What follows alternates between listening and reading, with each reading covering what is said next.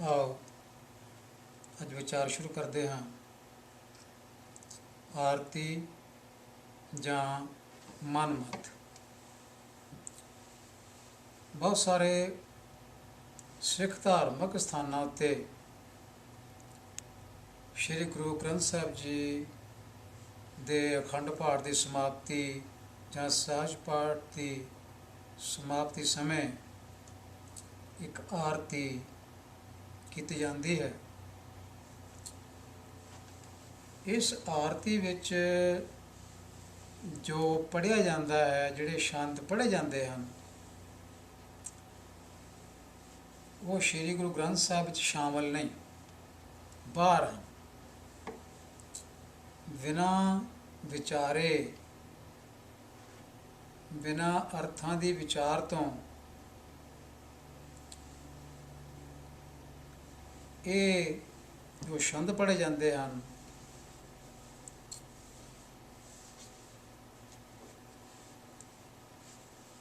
गुरमत दे असूलों दे नाल मेल नहीं खाते, क्योंकि श्री गुरु ग्रंथ साहिब जी तो बाहर हैं। श्री गुरु ग्रंथ साहिब जी तो बाहर जो भी कुछ पिया है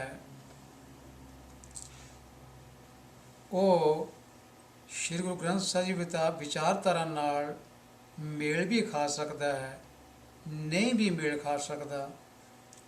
ये तो उसनों पता लग सकता है जिसने श्री गुरु ग्रंथ साहिब जी की बाणी का डूंघा अध्ययन किया है। गुरमत की फिलोसफी तो वो जाणू है।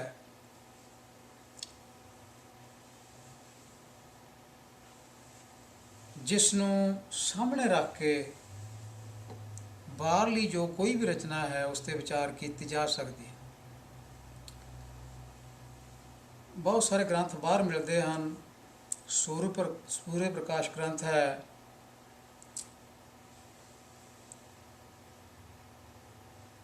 जिसनों कवि संतोख सिंह जी ने लिखा। उसने भी श्री गुरु गोबिंद सिंह साहिब जी नूं दुर्गा पूजा करदियां दिखाते हुए उसने कई चैप्टर अपने इस दुर्गा पूजा विच समझ लो फूक दिते हैं, कह सकते हैं खराब कर दिते हैं। इहो जिहियां रचनावां जिहड़ियां गुरमत नाल मेल नहीं खांदियां, चाहे किसी ने भी लिखियां होण, गुरु ग्रंथ साहिब जी की विचारधारा ते नहीं उतरदियां, जो वो धर्म स्थानों ते पढ़न योग नहीं हैं। इस तरह ही ज्ञानी ज्ञान सिंह लौंगोवाल वाले का जो इतिहास लिखा है, इतिहास नहीं कह सकते, कविता लिखी हुई है, क्योंकि इतिहासकार नहीं सन। कवितावां लिखण वाले सन ते कवितावां लिखियां। कवितावां विच उन्होंने घटनावां का वर्णन करने की कोशिश की, पर श्री गुरु ग्रंथ साहिब जी की विचारधारा तो बिल्कुल कोरे सन, कोई समझ नहीं सी। उन्होंने भी प्राचीन पंथ प्रकाश विच गुरु गोबिंद सिंह पातशाह जी तो दुर्गा की पूजा करवाई, तो उन्होंने भी इस तरह अपने कुछ पन्ने समझ लो फूक दिते, मनमत की भेंट चढ़ा दिते, कह सकते हैं। कि इहो जिहियां रचनावां श्री गुरु ग्रंथ साहिब की हजूरी में पढ़न वालियां हैं जां उन्हां दी कथा करन वाली है? बिल्कुल नहीं। रचनावां जो गुरु का दर्जा रखदियां हैं, जिन्होंने गुरु पदवी प्राप्त है, वो रचनावां रागमाला तो बिना श्री गुरु ग्रंथ साहिब विच दर्ज हैं। जिन्होंने गुरुशिप प्राप्त है, गुरु ग्रंथ साहिब जी तो बाहर कोई भी रचना है उसनों गुरु का दर्जा नहीं है। गुरु गोबिंद सिंह पातशाह जी ने गुरु का जो दर्जा सी वो ਜੋ ਪੰਚੋਂ ਪਾਤਸ਼ਾਹ ਵਾਲੀ ਬੀੜ ਸੀ ਪੋਥੀ ਸਾਹਿਬ, ਉਸ ਵਿੱਚ ਆਪਣੇ ਪਿਤਾ ਜੀ ਦੀ ਬਾਣੀ ਆਪਣੇ ਹੱਥੀਂ ਦਰਜ ਕਰਵਾ ਕੇ ਉਸ ਨੂੰ ਗੁਰੂ ਸ਼ਿਵ ਬਖਸ਼ਿਸ਼ ਕੀਤੀ। ਗੁਰੂ ਦੀ ਪਦਵੀ ਆਪ ਉਹਨਾਂ ਨੇ ਬਖਸ਼ਿਸ਼ ਕੀਤੀ। ਇਸ ਤੋਂ ਬਿਨਾਂ ਕਿਸੇ ਹੋਰ ਗ੍ਰੰਥ ਨੂੰ, ਚਾਹੇ ਕਿੱਡਾ ਵੱਡਾ ਹੋਵੇ, ਕਿਸੇ ਕਵੀ ਦਾ ਲਿਖਿਆ ਹੋਵੇ, ਗੁਰੂ ਦਾ ਦਰਜਾ ਪ੍ਰਾਪਤ ਨਹੀਂ ਹੈ। ਸੋ ਰਚਨਾਵਾਂ ਜੋ ਬਾਹਰ ਹਨ ਉਹਨਾਂ ਨੂੰ ਧਿਆਨ ਨਾਲ ਵਾਚਣਾ ਬਣਦਾ ਹੈ। ਸ਼੍ਰੀ ਗੁਰੂ ਗ੍ਰੰਥ ਸਾਹਿਬ ਜੀ ਜੋ ਦਸਾਂ ਪਾਤਸ਼ਾਹੀਆਂ ਦੀ, ਜਿਹਨਾਂ ਨੂੰ ਆਪਾਂ ਜੋਤੀ ਕਹਿੰਦੇ ਹਾਂ, ਇਸ ਜੋਤੀ ਦੀ ਰੋਸ਼ਨੀ ਵਿੱਚ ਉਹਨਾਂ ਨੂੰ ਪਰਖਣਾ ਚਾਹੀਦਾ ਹੈ। ਫਿਰ ਰੈਫਰੈਂਸ ਤੌਰ 'ਤੇ ਉਹਨਾਂ ਨੂੰ ਵਰਤਿਆ ਜਾ ਸਕਦਾ ਹੈ ਜੇ ਵਿਚਾਰਧਾਰਾ ਨਾਲ ਮਿਲਦੀਆਂ ਹਨ। ਸੋ ਇਹ ਜੋ ਆਰਤੀ ਹੈ, ਆਰਤੀ ਵਿੱਚ ਜੋ ਛੰਦ ਪੜ੍ਹੇ ਜਾਂਦੇ ਹਨ, ਇਹ ਕਿੱਥੇ ਦਰਜ ਹਨ? ਇਹ ਜੋ ਛੰਦ ਹਨ, ਇਹ ਇੱਕ ਰਚਨਾ ਚੰਡੀ ਚਰਿੱਤਰ ਹੈ। ਚੰਡੀ ਚਰਿੱਤਰ ਦੇ ਵਿੱਚ ਇਹ ਛੰਦ ਦਰਜ ਹਨ ਆਰਤੀ ਵਾਲੇ, ਜਿਨ੍ਹਾਂ ਦੀ ਕਾਪੀ ਕਰਕੇ ਜਿੱਥੋਂ ਲੈ ਕੇ ਧਰਮ ਸਥਾਨਾਂ ਵਿੱਚ ਆਰਤੀ ਵਿੱਚ ਇਹ ਛੰਦ ਗਾਏ ਜਾਂਦੇ ਹਨ, ਪੜ੍ਹੇ ਜਾਂਦੇ ਹਨ। ਆਰਤੀ ਦਾ ਜੋ ਨਮੂਨਾ ਹੈ, ਇਹ ਸਾਨੂੰ ਸ਼੍ਰੀ ਗੁਰੂ ਨਾਨਕ ਸਾਹਿਬ ਪਾਤਸ਼ਾਹ ਹੀ ਦੱਸ ਕੇ ਗਏ ਸਨ ਕਿ ਅਸਲ ਆਰਤੀ ਜਿਹੜੀ ਹੈ ਉਹ ਕਰਨ ਦੀ ਲੋੜ ਨਹੀਂ, ਆਰਤੀ ਕੁਦਰਤ ਵਿੱਚ ਆਪਣੇ ਆਪ ਹੋ ਰਹੀ ਹੈ। ਕੈਸੀ ਆਰਤੀ ਹੋਈ ਪਵ ਖੰਡਨਾ ਤੇਰੀ ਆਰਤੀ। ਉਸ ਮਾਲਕ ਦੀ, ਅਕਾਲ ਪੁਰਖ ਦੀ, ਜਿਸ ਦਾ ਸਿੱਖ ਪੁਜਾਰੀ ਹੈ, ਉਸ ਦੀ ਆਰਤੀ 24 ਘੰਟੇ ਲਗਾਤਾਰ ਹੋ ਰਹੀ ਹੈ। ਉਹ ਕਰਨ ਦੀ ਲੋੜ ਨਹੀਂ, ਆਪਣੇ ਆਪ ਹੋ ਰਹੀ ਹੈ। ਉਸ ਨੂੰ ਆਪਣੇ ਆਪ ਜੋ ਸਾਰੀ ਬਨਸਪਤੀ ਹੈ ਫੁੱਲ ਭੇਂਟ ਕਰ ਰਹੀ ਹੈ। ਤੇ ਮੱਲਿਆਗਿਰੀ ਪਹਾੜ ਦੇ ਉੱਤੇ ਜਿਹੜੇ ਚੰਦਨ ਦੇ ਬੂਟੇ ਹਨ, ਉਹਨਾਂ ਦੀ ਖੁਸ਼ਬੂ ਇਸ ਆਰਤੀ ਵਿੱਚ ਧੂਫ ਦਾ ਕੰਮ ਕਰ ਰਹੀ ਹੈ।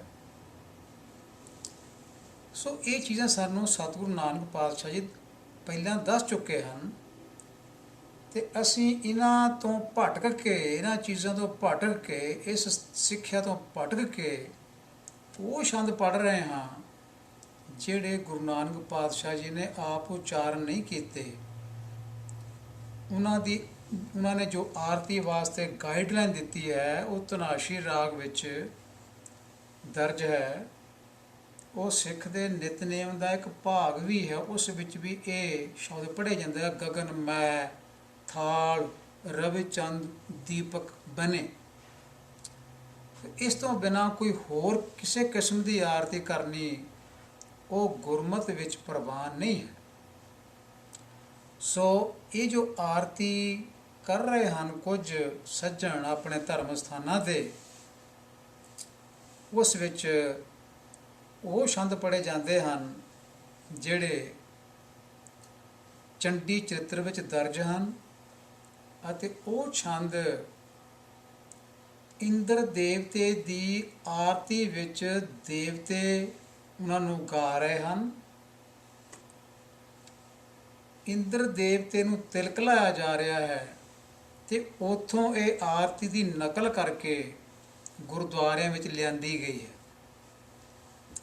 ਸੋ ਇਸ ਸੰਬੰਧ ਵਿੱਚ ਆਪਾਂ ਵਿਚਾਰ ਕਰਨੀ ਹੈ ਕਿ ਕੀ ਇਹ ਆਰਤੀ ਗੁਰਮਤ ਹੈ ਜਾਂ ਮਨਮਤ ਹੈ? ਕੀ ਇਹ ਛੰਦ ਗੁਰੂ ਗ੍ਰੰਥ ਸਾਹਿਬ ਦੇ ਹਜ਼ੂਰ ਵਿੱਚ ਪੜ੍ਹਨ ਯੋਗ ਹਨ ਜਾਂ ਨਹੀਂ? ਇਹਨਾਂ ਛੰਦਾਂ ਦੀ ਆਪਾਂ ਵਿਚਾਰ ਕਰਾਂਗੇ ਇਸ ਵਿਚਾਰਧਾਰਾ ਵਿੱਚ।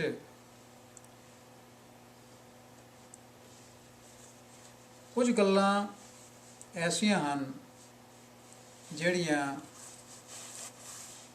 ਪ੍ਰਚਲਿਤ ਹੋ ਚੁੱਕੀਆਂ ਹਨ ਪਿਛਲੇ ਸਮੇਂ ਵਿੱਚ।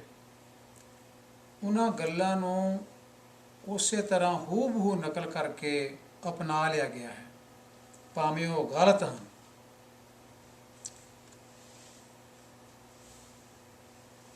ਗੁਰਦੁਆਰਿਆਂ ਵਿੱਚ ਜਾਂ ਧਾਰਮਿਕ ਅਸਥਾਨਾਂ ਵਿੱਚ ਆਪਾਂ ਬਹੁਤਾ ਸਮਾਂ ਨਾ ਲਈਏ, ਗਿਣੀਏ, ਤਾਂ ਇਹ ਦੇਖ ਸਕਦੇ ਹਾਂ ਕਿ ਅੰਗਰੇਜ਼ਾਂ ਦੇ ਰਾਜ ਵੇਲੇ ਜਿਹੜੇ ਸਿੱਖਾਂ ਦੇ ਧਰਮ ਸਥਾਨ ਸਨ, ਉਹ 1849 ਤੋਂ ਲੈ ਕੇ 1849 ਵਿੱਚ ਪੰਜਾਬ ਜਿਹੜਾ ਸੀ ਉਸ 'ਤੇ ਅੰਗਰੇਜ਼ਾਂ ਦਾ ਕਬਜ਼ਾ ਹੋ ਗਿਆ ਸੀ। 10 ਸਾਲ ਵਿੱਚ ਅੰਗਰੇਜ਼ਾਂ ਨੇ ਕਰੀਬ ਕਬਜ਼ਾ ਕਰ ਲਿਆ। ਮਹਾਰਾਜਾ ਰਣਜੀਤ ਸਿੰਘ ਦੀ ਮੌਤ ਤੋਂ ਬਾਅਦ 1839 ਵਿੱਚ ਮਹਾਰਾਜਾ ਰਣਜੀਤ ਸਿੰਘ ਦੀ ਮੌਤ ਹੋਈ ਅਤੇ ਉਸ ਤੋਂ 10 ਸਾਲਾਂ ਵਿੱਚ ਇਹ ਪੰਜਾਬ ਆਪਣੇ ਕਬਜ਼ੇ ਵਿੱਚ ਕਰ ਲਿਆ ਅੰਗਰੇਜ਼ਾਂ ਨੇ। ਅਤੇ ਇਸ ਤੋਂ ਲੈ ਕੇ ਆਪਾਂ ਅੱਗੇ ਚੱਲੀਏ 1900 ਕਰੀਬ 2021 ਦੇ ਕਰੀਬ SGPC ਇਹ ਸ਼੍ਰੋਮਣੀ ਗੁਰਦੁਆਰਾ ਪ੍ਰਬੰਧਕ ਕਮੇਟੀ ਹੋਂਦ ਵਿੱਚ ਆਈ ਅੰਗਰੇਜ਼ੀ ਰਾਜ ਸਮੇਂ। ਅਤੇ ਇਤਿਹਾਸ ਦੱਸਦਾ ਹੈ ਕਿ ਸ਼੍ਰੋਮਣੀ ਕਮੇਟੀ ਬਣਨ ਤੋਂ ਬਾਅਦ ਬਹੁਤ ਸਾਰੇ ਜੋ ਧਰਮ ਸਥਾਨ ਸਨ ਉਹਨਾਂ ਨੂੰ ਮੋਰਚੇ ਲਾ ਲਾ ਕੇ ਮਹੰਤਾਂ ਤੋਂ ਆਜ਼ਾਦ ਕਰਵਾਇਆ। ਇਤਿਹਾਸ ਹੈ। ਇਸ ਦਾ ਮਤਲਬ ਹੈ ਕਿ ਮਹਾਰਾਜਾ ਰਣਜੀਤ ਸਿੰਘ ਦੇ ਵੇਲੇ ਵੀ ਗੁਰਦੁਆਰਿਆਂ ਦਾ ਪ੍ਰਬੰਧ, ਧਰਮ ਸਥਾਨਾਂ ਦਾ ਸਿੱਖ ਵਿਚਾਰਧਾਰਾ ਵਾਲੇ ਪਾਠੀਆਂ ਕੋਲ ਜਾਂ ਗ੍ਰੰਥੀ ਸਿੰਘਾਂ ਕੋਲ ਨਹੀਂ ਸੀ। ਰੋਡੇ ਮਹੰਤ ਹਿੰਦੂ ਵਿਚਾਰਧਾਰਾ ਵਾਲੇ ਨਿਰਮਲੇ ਜਾਂ ਉਦਾਸੀ ਇਹ ਸੱਜਣ ਸਨ ਜਿਹੜੇ ਗੁਰਦੁਆਰੇ ਵਿੱਚ ਬੈਠੇ ਸਨ। ਅਤੇ ਕਰੀਬ ਇਹ 1849 ਤੋਂ ਲੈ ਕੇ ਜੇ ਆਪਾਂ ਗਿਣੀਏ ਤਾਂ 1920-21 ਤੱਕ ਵੀ ਜਾਈਏ SGPC ਦੇ ਬਣਨ ਤੱਕ, ਇਹ ਕਰੀਬ ਕੋਈ 70 ਸਾਲਾਂ ਦਾ ਸਮਾਂ ਹੈ। ਇੰਨੇ ਸਮੇਂ ਵਿੱਚ ਇੰਨੀਆਂ ਕੁਰੀਤੀਆਂ ਗੁਰਦੁਆਰਿਆਂ ਵਿੱਚ ਚੱਲ ਚੁੱਕੀਆਂ ਸਨ। ਹਿੰਦੂ ਮਤ ਦੇ ਪੁਜਾਰੀਆਂ ਨੇ ਗੁਰਦੁਆਰਿਆਂ ਵਿੱਚ ਆਪਣੇ ਹਿੰਦੂ ਮਤ ਦੀਆਂ ਗੱਲਾਂ ਰਲਾ ਰਲਾ ਕੇ ਸੰਗਤਾਂ ਨੂੰ ਉਹਨਾਂ ਨੇ ਉਪਦੇਸ਼ ਕੀਤਾ। ਅਤੇ ਇਹੋ ਜਿਹੀਆਂ ਗੱਲਾਂ ਆਰਤੀ ਦੀਆਂ, ਸੰਗਰਾਂਦ, ਮੱਸਿਆ, ਪੂਰਨਮਾਸ਼ੀ, ਇਹ ਸਾਰਾ ਸਿਸਟਮ ਜਿਹੜਾ ਹੈ ਇਹ ਉਦੋਂ ਦਾ ਹੀ ਚੱਲਦਾ ਆ ਰਿਹਾ ਹੈ।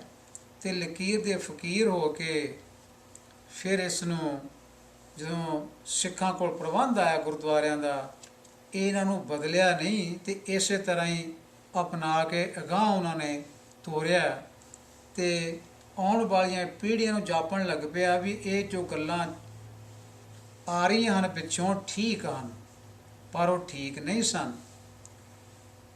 ਆਪਣੇ ਪਿੰਡ ਦੀ ਗੱਲ ਕਰਦੇ ਹਾਂ, ਉੱਥੇ ਵੀ ਗੁਰਦੁਆਰਾ ਜਿਹੜਾ ਸੀ ਉਹ ਮਹੰਤਾਂ ਦੇ ਕੰਟਰੋਲ ਵਿੱਚ ਸੀ।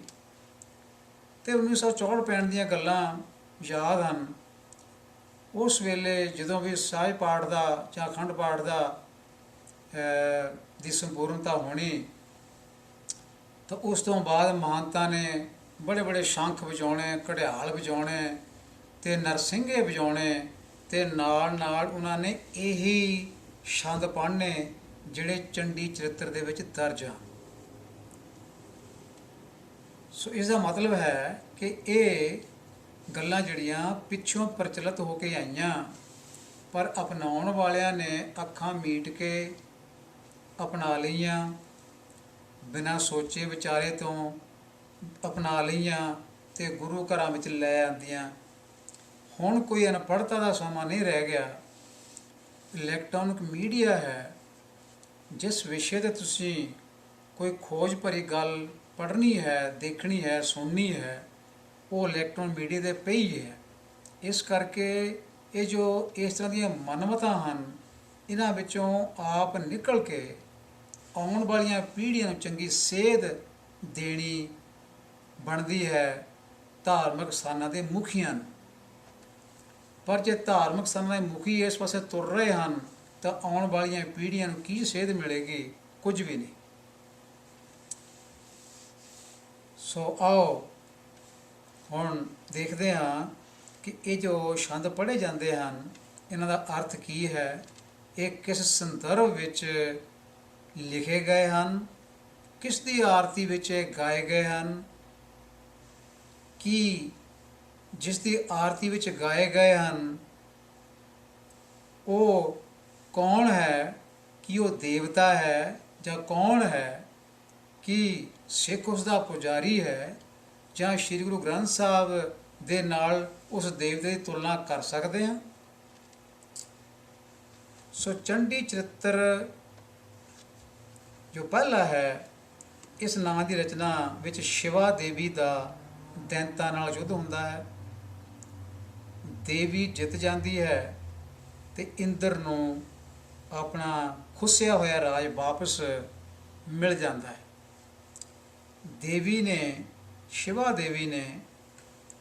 ਸ਼ਿਵਾ ਦੇਵੀ ਇਸ ਕਰਕੇ ਕਿਉਂਕਿ ਕਵੀ ਨੇ ਚੰਡੀ ਚਰਿੱਤਰ ਵਿੱਚ ਚੰਡੀ ਦੇ ਬਹੁਤ ਸਾਰੇ ਨਾਂ ਲਿਖੇ ਹਨ, ਜਿਨ੍ਹਾਂ ਵਿੱਚ ਇੱਕ ਨਾਂ ਉਸਨੇ ਸ਼ਿਵਾ ਵੀ ਲਿਖਿਆ ਹੈ। ਹੋਰ ਨਾਂ ਜਿਵੇਂ ਚੰਡਕਾ, ਚੰਡ, ਦੁਰਗਾ, ਗਿਰਜਾ, ਕਾਲਕਾ, ਇਹ ਬਹੁਤ ਸਾਰੇ ਨਾਂ ਉਸਨੇ ਲਿਖੇ ਹਨ, ਜਿਨ੍ਹਾਂ ਵਿੱਚ ਉਸਨੇ ਸ਼ਿਵਾ ਵੀ ਉਸ ਦੇਵੀ ਦਾ ਨਾਂ ਲਿਖਿਆ ਹੈ ਜਿਹੜੀ ਦੈਂਤਾਂ ਨਾਲ ਲੜੀ। ਔਰਤ ਹੈ, ਉਹ ਮਨੁੱਖ ਨਹੀਂ, ਬੰਦਾ ਨਹੀਂ। ਸ਼ਿਵਾ ਦੇਵੀ ਨੇ ਦੈਂਤਾਂ ਨੂੰ ਹਰਾ ਕੇ ਰਾਜ ਭਾਗ ਦਾ ਮਾਲਕ ਇੰਦਰ ਨੂੰ ਬਣਾ ਦਿੱਤਾ ਤੇ ਆਪ ਉਹ ਅਲੋਪ ਹੋ ਗਈ। Shiva disappeared after bestowing the kingship to god Indra। ਸੋ ਇੰਦਰ ਜੋ ਦੇਵਤਾ ਹੈ, ਇਹ ਰਾਜਿਆਂ ਦਾ ਰਾਜਾ ਹੈ, ਉਸ ਨੂੰ ਰਾਜ ਵਾਪਸ ਮਿਲ ਗਿਆ। ਤੇ ਛੰਦ ਨੰਬਰ 53 ਵਿੱਚ ਕਵੀ ਲਿਖਦਾ ਹੈ, ਲੋਪ ਚੰਡਕਾ ਹੋਏ ਗਈ। ਚੰਡਕਾ ਕੌਣ ਹੈ? ਜੋ ਚੰਡੀ ਹੈ, ਕਿਉਂਕਿ ਨਾਂ ਚੰਡੀ ਚਰਿੱਤਰ ਹੈ, ਚੰਡੀ ਦੀ ਕਥਾ ਹੈ, ਕਹਾਣੀ ਹੈ। ਤੋ ਚੰਡੀ ਦੇ ਬਹੁਤ ਸਾਰੇ ਨਾਂ, ਇੱਥੇ ਚੰਡਕਾ ਲਿਖ ਰਿਹਾ ਹੈ ਕਵੀ ਉਸ ਚੰਡੀ ਨੂੰ। ਲੋਪ ਚੰਡਕਾ ਹੋਏ ਗਈ, ਸੁਰਪਤੀ ਕੌ ਦੇ ਰਾਜ। ਸੁਰਪਤੀ, ਸੁਰਾਂ ਦਾ ਪਤੀ, ਦੇਵਤਿਆਂ ਦਾ ਪਤੀ ਭਾਵ ਇੰਦਰ, ਉਸ ਨੂੰ ਰਾਜ ਦੇ ਕੇ ਆਪ ਉੱਥੋਂ ਅਲੋਪ ਹੋ ਗਈ। ਕਿੱਥੇ ਚਲੇ ਗਈ? ਸੁਮੇਰ ਪਰਬਤ ਚਲੇ ਗਈ। ਉੱਥੇ ਦਾ ਟਿਕਾਣਾ ਹੈ ਕੈਲਾਸ਼ਪੁਰੀ ਵਿੱਚ। ਤੇ ਇੱਥੇ ਸ਼ਬਦ ਆਇਆ ਸੁਰਪਤੀ। ਇਸ ਤਰ੍ਹਾਂ ਦੇ ਸ਼ਬਦ ਜਿਹੜੇ ਹਨ, ਇਹਨਾਂ ਮਗਰ ਪਤੀ ਸ਼ਬਦ ਹੁੰਦਾ ਹੈ, ਗਜਪਤੀ, ਅਸ਼ਪਤੀ, ਲਾਈਕ ਦੈਟ। ਭਾਵੇਂ ਇਹਨਾਂ ਨੂੰ ਅਗਿਆਨੀ ਸੱਜਣ ਜਿਹੜੇ ਹਨ, ਗੁਰਬਾਣੀ ਵਿਆਕਰਨ ਤੋਂ ਜਿਨ੍ਹਾਂ ਨੂੰ ਸੋਝੀ ਨਹੀਂ ਹੈ ਜਾਂ ਸ਼ਬਦ ਜੋੜਾਂ ਪ੍ਰਤੀ ਉਹ ਅਲਰਟ ਨਹੀਂ ਹਨ, ਉਹ ਆਮ ਤੌਰ 'ਤੇ ਇਹੋ ਜਿਹੇ ਸ਼ਬਦ ਨੂੰ ਸੁਰਪੱਤ, ਗਜਪੱਤ, ਅਸਪੱਤ ਕਰਕੇ ਪੜ੍ਹਦੇ ਹਨ, ਜੋ ਬਿਲਕੁਲ ਅਯੋਗ ਉਚਾਰਨ ਹੈ। ਸੁਰਪਤੀ, ਸੁਪਤੀ ਸ਼ਬਦ ਦਾ ਮਤਲਬ ਹੈ ਖਸਮ, ਮਾਲਿਕ। ਜੇ ਕਹੀਏ ਪੱਤ ਤਾਂ ਕਿਸੇ ਔਰਤ ਨੂੰ ਕਹੀਏ ਤੇਰਾ ਪੱਤ ਕਿੱਥੇ ਹੈ, ਤੇਰੇ ਪੱਤ ਦਾ ਕੀ ਹਾਲ ਹੈ, ਬੜੀ ਹਾਸੋਹੀਣੀ ਗੱਲ ਹੈ, ਕਿਉਂਕਿ ਪਤੀ ਨੂੰ ਪੱਤ ਕਹਿਣਾ ਵਾਕਈ ਹਾਸੋਹੀਣੀ ਗੱਲ ਹੈ। ਪਤੀ ਪਤੀ ਹੈ, ਪੱਤ ਪੱਤ ਹੈ। ਪੱਤ ਸ਼ਬਦ ਜਿਹੜਾ ਹੈ ਇਹ ਪਤੀ ਵਾਸਤੇ ਨਹੀਂ ਵਰਤਿਆ ਜਾ ਸਕਦਾ, ਨਾ ਗੁਰੂ ਜੀ ਨੇ ਕਿਤੇ ਵਰਤਿਆ ਹੈ ਗੁਰੂ ਗ੍ਰੰਥ ਸਾਹਿਬ ਵਿੱਚ। ਇੱਥੇ ਕਵੀ ਨੇ ਵੀ ਤੱਤੇ ਨੂੰ ਸਿਆਰੀ ਬਾਗ ਲਿਖਿਆ, ਸੁਰਪਤੀ, ਦੇਵਤਿਆਂ ਦਾ ਪਤੀ ਇੰਦਰ, ਉਹਨੂੰ ਰਾਜ ਦੇ ਕੇ ਆਪ ਅਲੋਪ ਹੋ ਗਈ। ਸੋ Chandaka disappeared, bestowing the kingship to Indra, God। God ਇਸ ਕਰਕੇ ਕਹਿੰਦੇ ਆ, ਇੱਕ ਰੱਬ ਹੈ ਜੋ ਉਸ ਨੂੰ ਵੀ ਗਾਡ ਕਿਹਾ ਜਾਂਦਾ ਹੈ, ਪਰ ਲਿਖਣ ਵਿੱਚ ਫਰਕ ਹੈ। ਜੋ ਰੱਬ ਦੇ ਵਾਸਤੇ ਗਾਡ ਸ਼ਬਦ ਹੈ, ਉਸ ਦੀ ਜੀ ਕੈਪੀਟਲ ਹੁੰਦੀ ਹੈ। ਜੋ ਦੇਵਤੇ ਵਾਸਤੇ ਸ਼ਬਦ ਵਰਤਿਆ ਜਾਂਦਾ ਹੈ ਗਾਡ, ਉਸ ਦੀ ਜੀ ਜਿਹੜੀ ਹੈ ਉਹ ਸਮਾਲਰ ਜੀ ਹੁੰਦੀ ਹੈ, ਉਹ ਕੈਪੀਟਲ ਨਹੀਂ ਹੁੰਦੀ।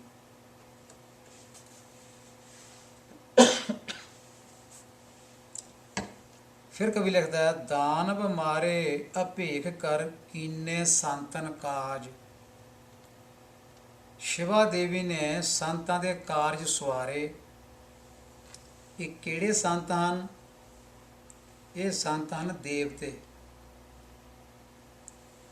ਇਹੋ ਜਿਹੀਆਂ ਰਚਨਾਵਾਂ ਜਿਹੜੀਆਂ ਜਿਨ੍ਹਾਂ ਵਿੱਚ ਕਿਹਾ ਹੈ ਸੰਤ ਉਬਾਰਨ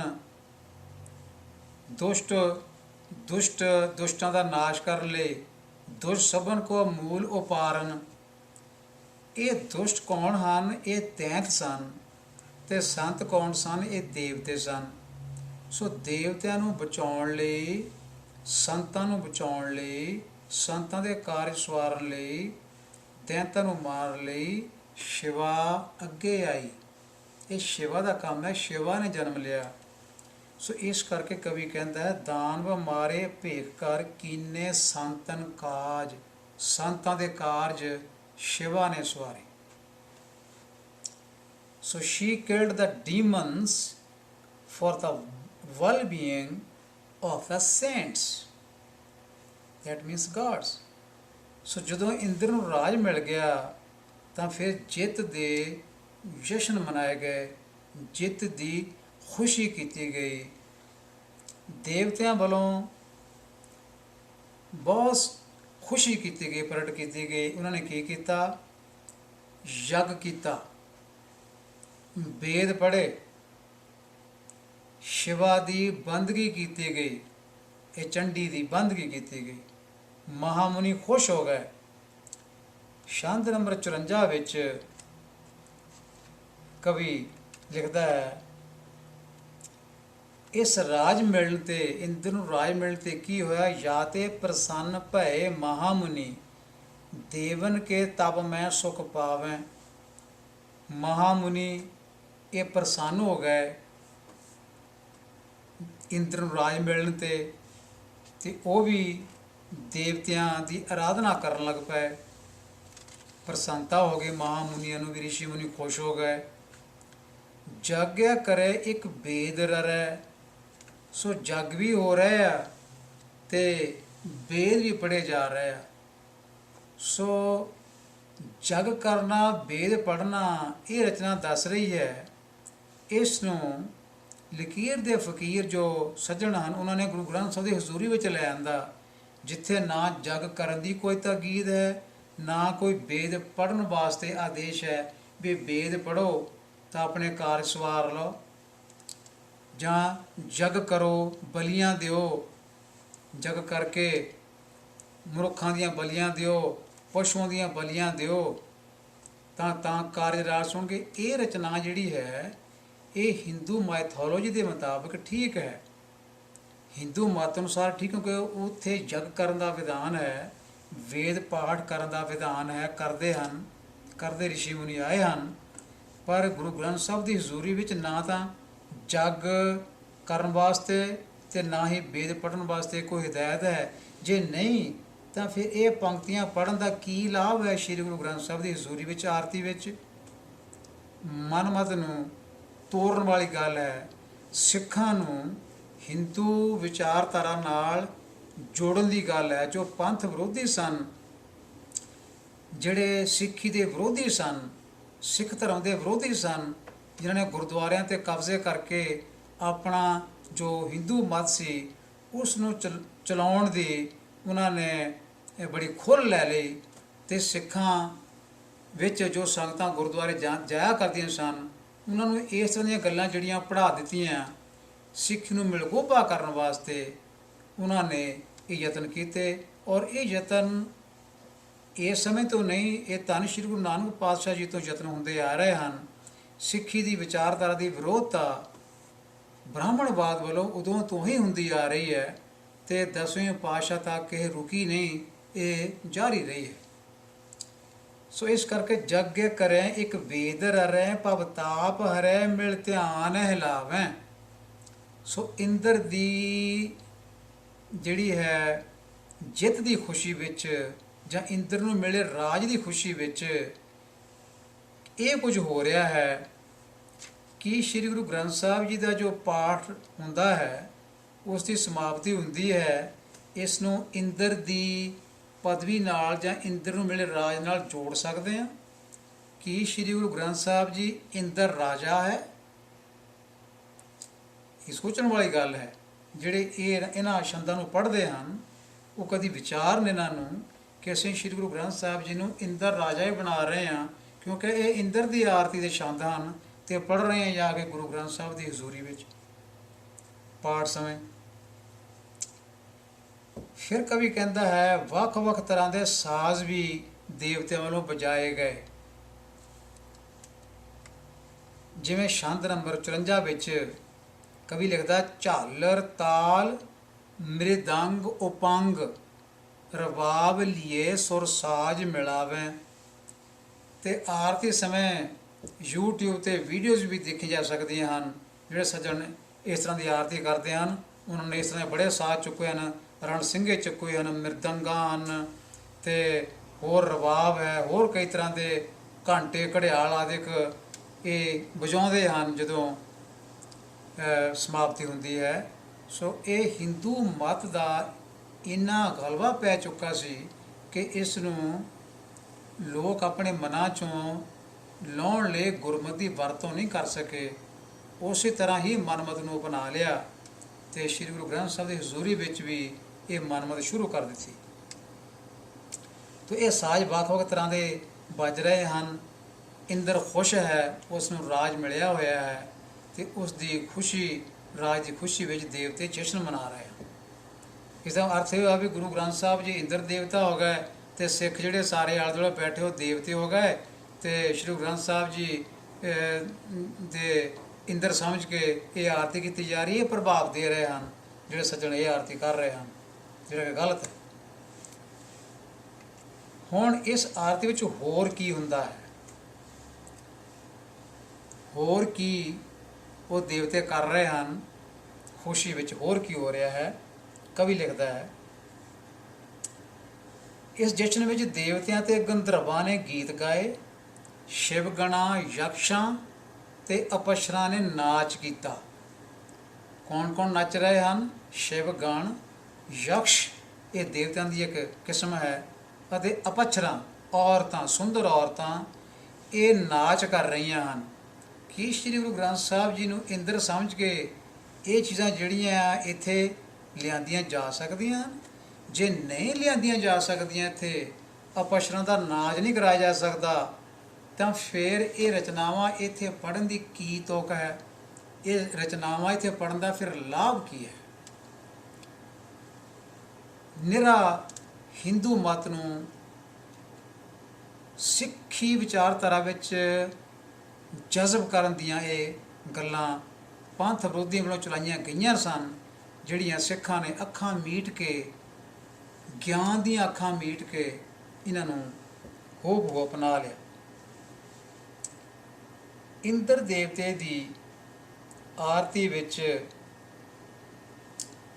ਇਹ ਕੁਝ ਹੋ ਰਿਹਾ ਹੈ, ਨਾਚ ਹੋ ਰਿਹਾ ਹੈ ਅਪਸ਼ਰਾਂ ਦਾ। ਯਕਸ਼ ਨੱਚ ਰਹੇ ਹਨ, ਸ਼ਿਵਗਣ ਅਤੇ ਅਪਸ਼ਰਾਂ ਇਹ ਨਾਚ ਵਿੱਚ ਰੁੱਝੇ ਹੋਏ ਹਨ।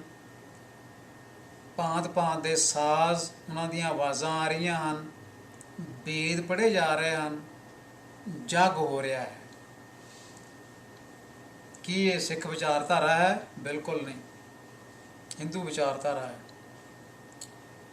ਸੋ ਸ਼ੰਖ ਵੱਜ ਰਹੇ ਹਨ, ਘੰਟੇ ਖੜਕ ਰਹੇ ਹਨ ਅਤੇ ਫੁੱਲਾਂ ਦੀ ਵਰਖਾ ਵੀ ਇੰਦਰ ਦੇਵਤੇ 'ਤੇ ਕੀਤੀ ਜਾ ਰਹੀ ਹੈ। ਅਤੇ ਖਿਆਲ ਕਰਨਾ, ਸ਼੍ਰੀ ਗੁਰੂ ਗ੍ਰੰਥ ਸਾਹਿਬ ਜੀ 'ਤੇ ਵੀ ਇੰਦਰ ਸਮਝ ਕੇ ਇਸ ਆਰਤੀ ਵਿੱਚ ਫੁੱਲ ਸੁੱਟੇ ਜਾਂਦੇ ਹਨ। ਭਾਵੇਂ ਅਪਸ਼ਰਾਂ ਨੂੰ ਨਹੀਂ ਕੋਈ ਲਿਆਉਂਦਾ, ਜੇ ਲਿਆਵੇ ਤਾਂ ਡੰਡੇ ਪੈਣਗੇ, ਨਾਚ ਕਰਨਗੇ ਤਾਂ ਸੰਸਾਰ ਵਿੱਚ ਇਹ ਗੱਲ ਨਸ਼ਰ ਹੋਏਗੀ ਕਿ ਫਲਾਣੇ ਧਰਮ ਸਥਾਨ 'ਤੇ ਨਾਚ ਕਰਾਇਆ ਗਿਆ।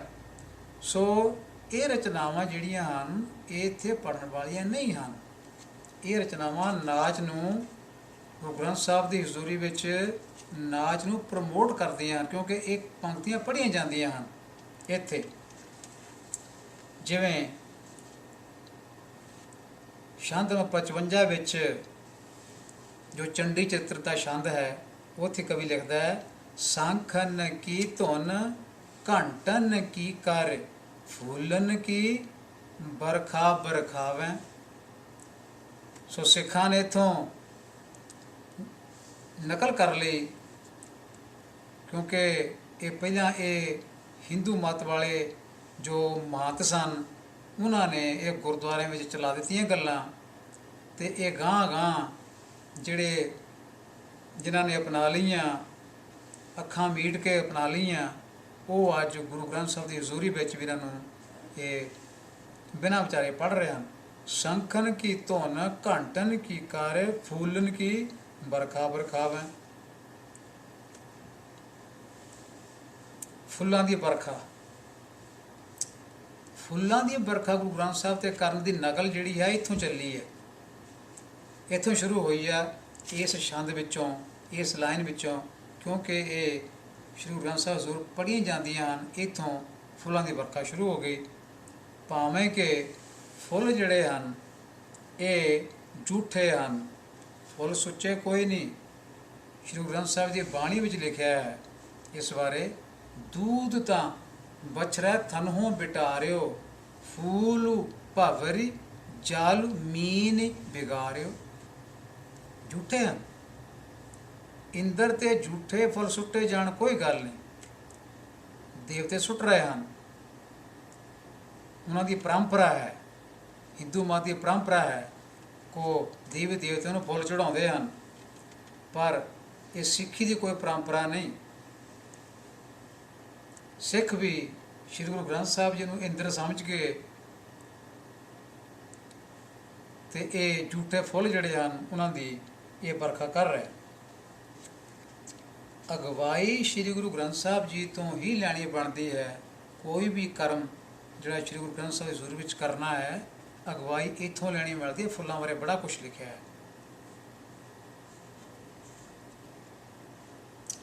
ਹੁਣ ਕਵੀ ਕਹਿੰਦਾ ਹੈ ਕਿ ਕਰੋੜਾਂ ਹੀ ਦੇਵਤੇ ਐਨੂੰ ਸਜ ਗਏ ਹਨ, ਡੈਕੋਰੇਟ ਆਪਣੇ ਆਪ ਨੂੰ ਕਰਕੇ ਸਜਾ ਕੇ ਚੰਗੀ ਤਰ੍ਹਾਂ, ਅਤੇ ਉਹ ਇੰਦਰ ਦੀਆਂ ਪਰਿਕਰਮਾ ਵੀ ਕਰ ਰਹੇ ਹਨ ਅਤੇ ਉਸ ਤੋਂ ਬਲਿਹਾਰ ਜਾ ਰਹੇ ਹਨ।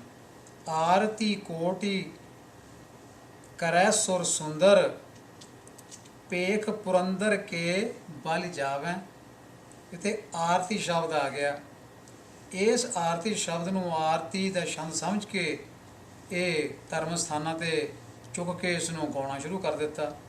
ਹਾਲਾਂਕਿ ਆਰਤੀ ਬਾਰੇ ਆਦੇਸ਼ ਸ਼੍ਰੀ ਗੁਰੂ ਗ੍ਰੰਥ ਸਾਹਿਬ ਵਿੱਚ ਸਪਸ਼ਟ ਮੌਜੂਦ ਹਨ।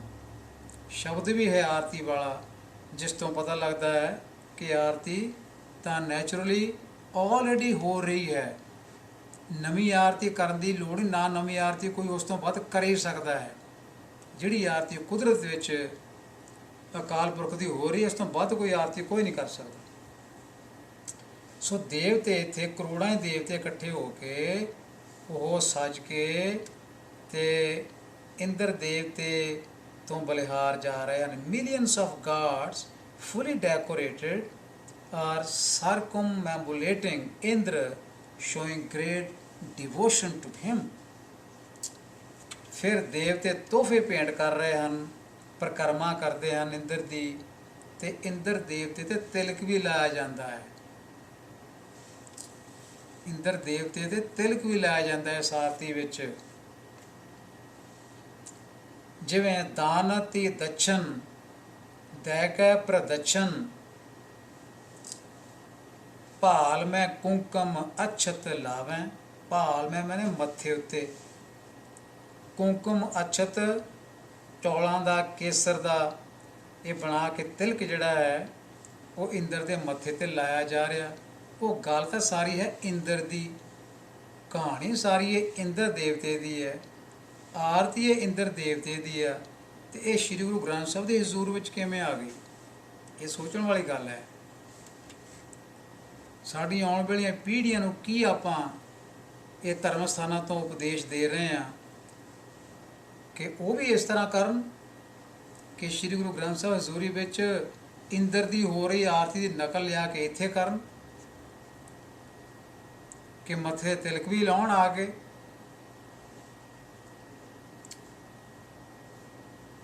ਸੋ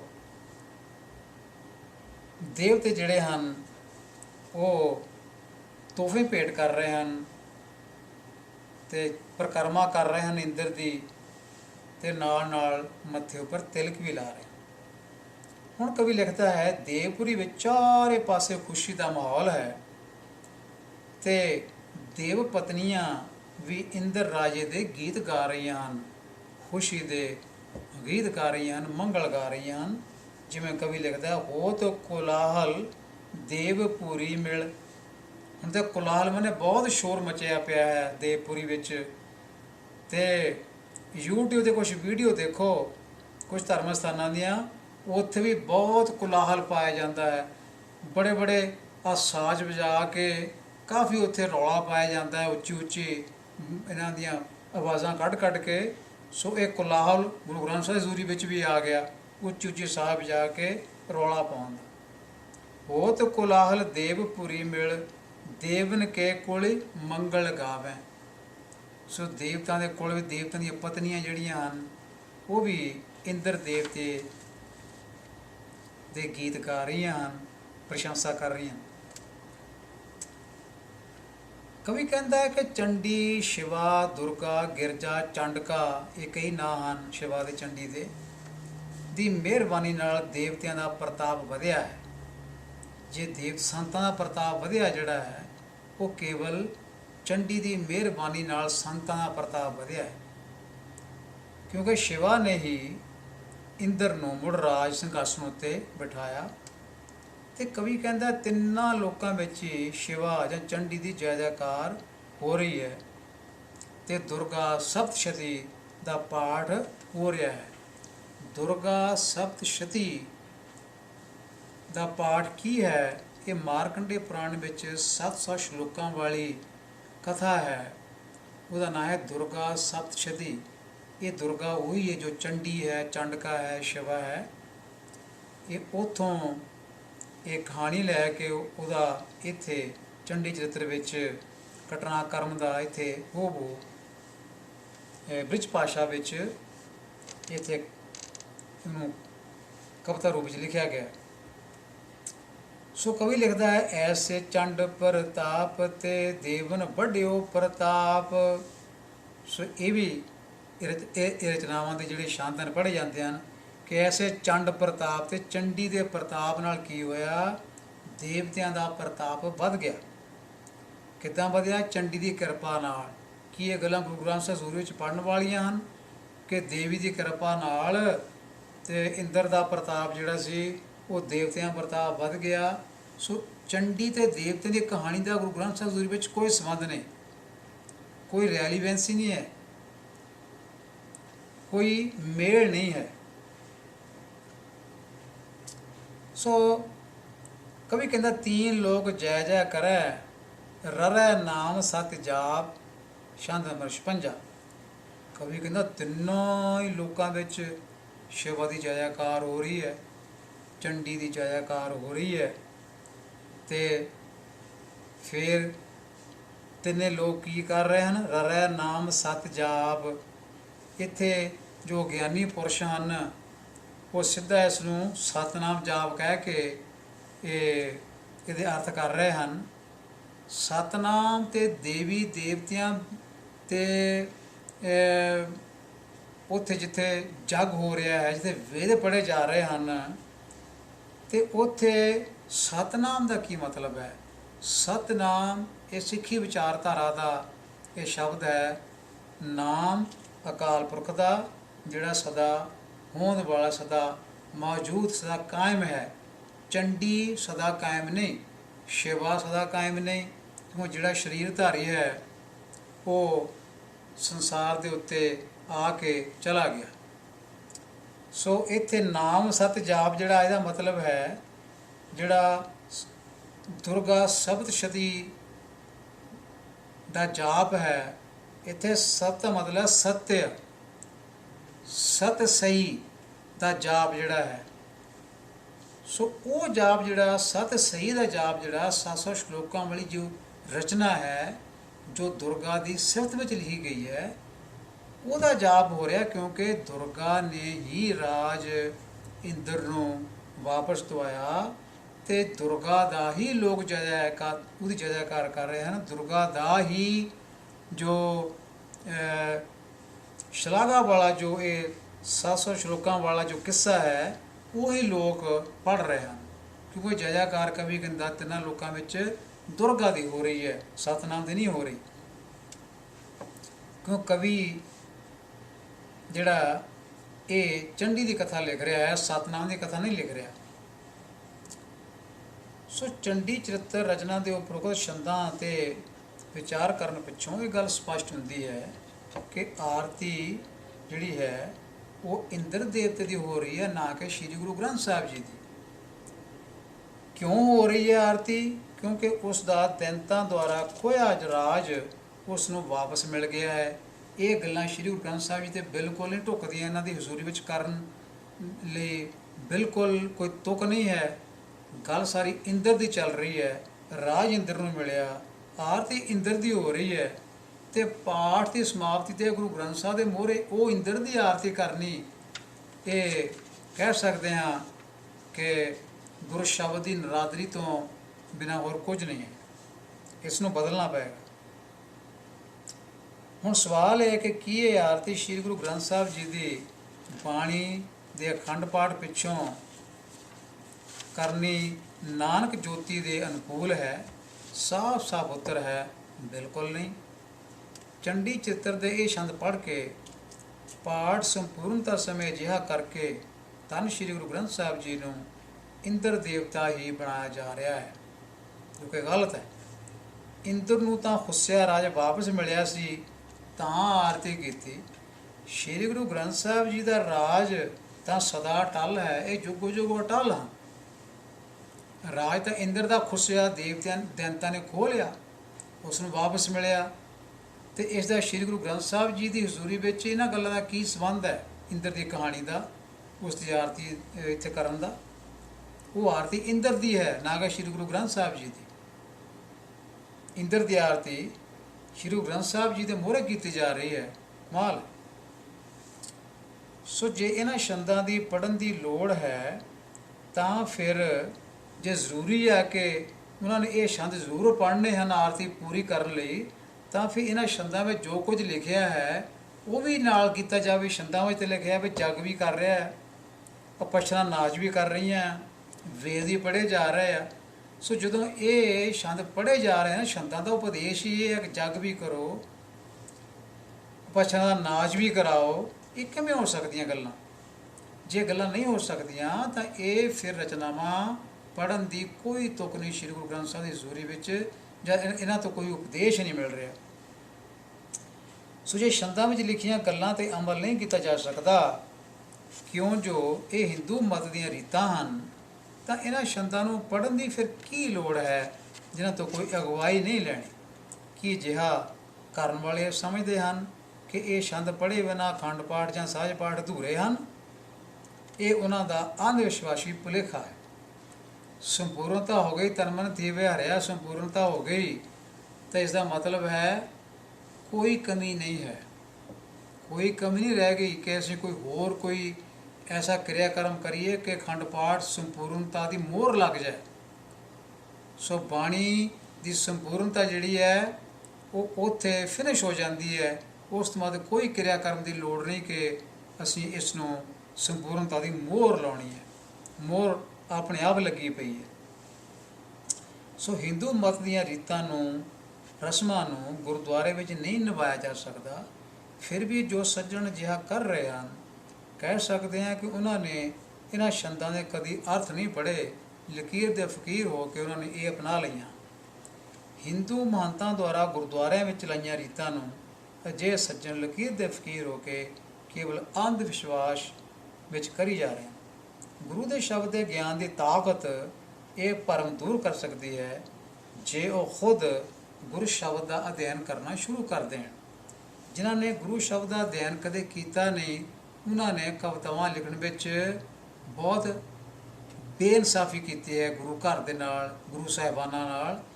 ਉਹਨਾਂ ਦਾ ਨਾਂ ਲੈ ਸਕਦੇ ਆਪਾਂ, ਕਵੀ ਸੰਤੋਖ ਸਿੰਘ, ਉਹਨਾਂ ਦਾ ਨਾਂ ਲੈ ਸਕਦੇ, ਗਿਆਨੀ ਗਿਆਨ ਸਿੰਘ ਜੀ, ਹੋਰ ਬੜੇ ਐਸੇ ਹਨ ਜਿਨ੍ਹਾਂ ਨੇ ਬਿਲਾਸ ਲਿਖੇ ਹਨ। ਉਹਨਾਂ ਨੇ ਵੀ ਕੋਈ ਕਸਰ ਨਹੀਂ ਛੱਡੀ, ਕਿਉਂਕਿ ਉਹ ਗੁਰੂ ਸ਼ਬਦ ਤੋਂ ਦੂਰ ਸਨ। ਜੇ ਗੁਰੂ ਸ਼ਬਦ ਦਾ ਸਿਧਾਂਤ ਉਹਨਾਂ ਦੇ ਅੰਦਰ ਹੁੰਦਾ, ਉਸ ਤੋਂ ਜਾਣੂ ਹੁੰਦੇ, ਤਾਂ ਉਹ ਗੁਰੂਆਂ ਪ੍ਰਤੀ ਐਸੀਆਂ ਰਚਨਾਵਾਂ ਨਾ ਲਿਖਦੇ ਵੀ ਗੁਰੂ ਸਾਡੇ ਕੋਈ ਦੁਰਗਾ ਦੇ ਪੁਜਾਰੀ ਸਨ ਜਾਂ ਕੁਝ ਹੋਰ ਸਨ। ਬਹੁਤ ਕੁਝ ਉਹਨਾਂ ਨੇ ਲਿਖਿਆ ਹੈ। ਕਿਉਂ? ਕਿਉਂਕਿ ਉਹ ਗੁਰੂ ਸ਼ਬਦ ਦੀ ਉਹਨਾਂ ਨੇ ਖੋਜ ਨਹੀਂ ਕੀਤੀ। ਜਿੰਨਾ ਚਿਰ ਗੁਰਬਾਣੀ ਦੀ ਖੋਜ ਨਹੀਂ ਕੋਈ ਕਰਦਾ, ਇਤਿਹਾਸ ਜਿਹੜਾ ਹੈ ਉਹ ਠੀਕ ਨਹੀਂ ਲਿਖਿਆ ਜਾ ਸਕਦਾ। ਗੁਰੂ ਦਾ ਗਿਆਨ ਹੀ ਅਜਿਹੇ ਅੰਧ ਵਿਸ਼ਵਾਸ ਤੇ ਭਰਮ ਨੂੰ ਕੱਟ ਸਕਦਾ ਹੈ। ਜਿਵੇਂ ਗਿਆਨ ਅੰਜਨ ਗੁਰੀ ਦੀਆ, ਅਗਿਆਨ ਅੰਧੇਰ ਵਿਨਾਸ਼। ਪੜ੍ਹਦੇ ਤਾਂ ਬਹੁਤ ਸਾਰੇ ਲੋਕ ਹਨ, ਪਾਠ ਤਾਂ ਬੜੇ ਸੱਜਣ ਕਰਦੇ ਹਨ ਇਹਨਾਂ ਪੰਕਤੀਆਂ ਦਾ, ਪਰ ਇਹਨਾਂ ਦੀ ਵਰਤੋਂ ਕਿੱਥੇ ਕਰਦੇ ਹਨ? ਗਿਆਨ ਦਾ ਸੁਰਮਾ ਗੁਰੂ ਨੇ ਦਿੱਤਾ ਹੈ, ਜਿਹਦੇ ਨਾਲ ਅਗਿਆਨ ਦਾ ਹਨੇਰਾ ਜਿਹੜਾ ਉਹ ਖਤਮ ਹੋ ਗਿਆ ਹੈ। ਸੋ ਇਹ ਬਾਣੀ ਪੜ੍ਹਨ ਵਾਲੇ ਜਿਹੜੇ ਹਨ, ਇਸ ਤਰ੍ਹਾਂ ਦੀ ਰਚਨਾਵਾਂ ਪੜ੍ਹਨ ਵਾਲੇ ਜਿਹੜੇ ਹਨ, ਸੁਖਮਨੀ ਪਾਠ ਕਰਨ ਵਾਲੇ ਹਨ, ਉਹੀ ਬੜੇ ਬੜੇ ਰਣਸਿੰਘੇ ਲੈ ਕੇ ਜਾਂ ਬੜੇ ਬੜੇ ਸਾਜ਼ ਲੈ ਕੇ ਫੂਕਾਂ ਮਾਰਦੇ ਹਨ, ਕੋਲਾਹਲ ਕਰਦੇ ਹਨ। ਅਤੇ ਇਹਨਾਂ ਦਾ ਫਿਰ ਗੁਰੂ ਦਾ ਗਿਆਨ ਕਿੱਥੇ ਚਲਾ ਗਿਆ? ਗੁਰੂ ਦਾ ਗਿਆਨ ਇੱਕ ਸੁਰਮਾ ਹੈ, ਜਿਹੜਾ ਗਿਆਨ ਦੀਆਂ ਅੱਖਾਂ ਜਿਹੜੀਆਂ ਉਹ ਗੁਰੂ ਦੇ ਗਿਆਨ ਨਾਲ ਗਿਆਨ ਦੀਆਂ ਅੱਖਾਂ ਬਣਦੀਆਂ ਹਨ। ਇਹਦੇ ਨਾਲ ਗਿਆਨ ਅੰਧੇਰ ਵਿਨਾਸ਼ ਹੁੰਦਾ। ਜੇ ਨਹੀਂ ਵਿਨਾਸ਼ ਹੋਇਆ, ਇਸ ਦਾ ਮਤਲਬ ਹੈ ਅਸੀਂ ਕੋਈ ਅਰਥ ਨਹੀਂ ਪੜ੍ਹੇ, ਅਸੀਂ ਗੁਰੂ ਗ੍ਰੰਥ ਸਾਹਿਬ ਬਾਣੀ ਦਾ ਕੋਈ ਦਿਲੋਂ ਮਨੋਂ ਅਰਥ ਸਾਹਮਣੇ ਰੱਖ ਕੇ ਅਧਿਐਨ ਨਹੀਂ ਕੀਤਾ, ਅਤੇ ਇਸ ਕਰਕੇ ਭਰਮ ਨਹੀਂ ਦੂਰ ਹੋ ਰਹੇ। ਸੋ ਸਿੱਟਾ ਨਿਕਲਿਆ ਕਿ ਸ਼੍ਰੀ ਗੁਰੂ ਗ੍ਰੰਥ ਸਾਹਿਬ ਜੀ ਨੂੰ ਇੰਦਰ ਦੇਵਤਾ ਨਾ ਬਣਾਈਏ ਅਤੇ ਗੁਰੂ ਹੀ ਰਹਿਣ ਦੇਈਏ ਤਾਂ ਗੁਰਮਤਿ ਹੈ, ਨਹੀਂ ਤਾਂ ਭਾਰੀ ਮਨਮਤਿ ਅਤੇ ਗੁਰੂ ਸ਼ਬਦ ਦੀ ਨਿਰਾਦਰੀ ਹੈ। ਸ਼੍ਰੀ ਗੁਰੂ ਗ੍ਰੰਥ ਸਾਹਿਬ ਉੱਤੇ ਝੂਠੇ ਫੁੱਲ ਸੁੱਟਣ ਦੀ ਨਕਲ ਵੀ ਜੋ ਚੰਡੀ ਚਰਿੱਤਰ ਦੇ ਉਕਤ ਸ਼ਲੋਕਾਂ ਨੇ ਹੀ ਸਿਖਾਈ ਹੈ। ਜਦੋਂ ਕਿ ਗੁਰਬਾਣੀ ਕਹਿੰਦੀ ਹੈ, ਦੂਧ ਤਾਂ ਬਚਰੈ ਥਨੋਂ ਬਿਟਾਰਿਓ, ਫੂਲ ਭਵਰੀ ਜਲ ਮੀਨ ਵਿਗਾਰਿਓ। ਫੁੱਲਾਂ ਨੂੰ ਭੌਰਿਆਂ ਦੇ ਪਹਿਲਾਂ ਝੂਠਾ ਕੀਤਾ ਹੋਇਆ। ਅਤੇ ਇਹ ਗੱਲਾਂ ਸਾਰੀਆਂ ਗੁਰੂ ਗ੍ਰੰਥ ਸਾਹਿਬ ਵਿੱਚ ਦਰਜ ਹਨ। ਅੰਕ 525 13ਵੀਂ ਪੰਕਤੀ, ਉੱਥੋਂ ਇਹ ਸ਼ਬਦ ਪੜ੍ਹਿਆ ਜਾ ਸਕਦਾ ਹੈ। ਸੋ ਆਰਤੀ ਕਰਨ ਦੀ ਜਾਂਚ ਸਤਿਗੁਰੂ ਨਾਨਕ ਪਾਤਸ਼ਾਹ ਜੀ ਨੇ ਹੀ ਸਾਨੂੰ ਸਿਖਾ ਦਿੱਤੀ ਹੈ। ਜਦੋਂ ਉਹਨਾਂ ਨੇ ਸ਼ਬਦ ਸਾਨੂੰ ਦਿੱਤਾ, ਗਗਨ ਮੈਂ ਥਾਲ, ਇਹ ਮੈਂ ਸ਼ਬਦ ਨਹੀਂ ਹੈ, ਇਹ ਹੈ ਮੈਂ। ਮੰਮਾ ਯਈਆ ਜੋੜਾ ਹੈ, ਇਸ ਦਾ ਦੂਸਰਾ ਰੂਪ ਹੈ ਯਈਏ ਜਗ੍ਹਾ ਦੁਲਾਵਾਂ ਹਨ। ਇਸ ਦਾ ਪਾਠ ਮੈਂ ਬਿਲਕੁਲ ਅਸ਼ੁੱਧ ਹੈ, ਇਸ ਦਾ ਪਾਠ ਹੈ ਮੈਂ। ਗਗਨ ਮੈਂ, ਗਗਨ ਰੂਪ, ਆਕਾਸ਼ ਰੂਪ। ਸੋ ਮੈਂ ਦਾ ਮਤਲਬ ਵਿੱਚ ਹੁੰਦਾ, ਪਰ ਇਹ ਮੈਂ ਸ਼ਬਦ ਨਹੀਂ ਹੈ, ਇਹ ਹੈ ਮੈਂ। ਸੋ ਇਸ ਸਾਨੂੰ ਇਹਦੇ ਅਰਥ ਪੜ੍ਹਨੇ ਚਾਹੀਦੇ ਹਨ ਕਿ ਧਨਾਸ਼ੀ ਰਾਗ ਵਿੱਚ ਜੋ ਸ਼ਬਦ ਹੈ ਇਹਦੇ ਅਰਥ ਕੀ ਹਨ। ਉੱਥੋਂ ਪਤਾ ਲੱਗ ਜਾਏਗਾ ਕਿ ਅਸੀਂ ਜੋ ਕਰ ਰਹੇ ਹਾਂ, ਬਾਹਰਲੇ ਛੰਦ ਪੜ੍ਹ ਕੇ, ਆਰਤੀ ਬੜੇ ਠੋਕ ਵਜਾ ਕੇ, ਬੜੇ ਕੋਲਾਹਲ ਕਰਕੇ, ਸ਼ੋਰ ਮਚਾ ਕੇ ਸਾਜ਼ਾਂ ਦਾ ਕਰ ਰਹੇ ਹਾਂ, ਉਹ ਜਾਇਜ਼ ਹੈ ਜਾਂ ਨਹੀਂ, ਇਹ ਸ਼ਬਦ ਹੀ ਦੱਸ ਸਕਦਾ ਹੈ। ਸੋ ਸ਼੍ਰੀ ਗੁਰੂ ਗ੍ਰੰਥ ਸਾਹਿਬ ਜੀ ਦੇ ਪਾਠ ਦੀ, ਸਾਹਿਬ ਪਾਠ ਦੀਆਂ, ਅਖੰਡ ਪਾਠ ਦੀ ਸੰਪੂਰਨਤਾ ਸਮੇਂ ਇਹੋ ਜਿਹੇ ਛੰਦਾਂ ਦੀ ਵਰਤੋਂ ਕਰਨੀ, ਆਰਤੀ ਕਰਨੀ, ਇਹ ਸਿੱਖੀ ਵਿਚਾਰਧਾਰਾ ਦੇ ਅਨੁਕੂਲ ਨਹੀਂ ਹੈ। ਦਸਾਂ ਪਾਤਸ਼ਾਹੀਆਂ ਦੀ ਜੋਤੀ ਸ਼੍ਰੀ ਗੁਰੂ ਗ੍ਰੰਥ ਸਾਹਿਬ ਜੀ ਵਿਚਾਰਧਾਰਾ ਦੇ ਅਨੁਕੂਲ ਨਹੀਂ ਹੈ। ਇਸ ਕਰਕੇ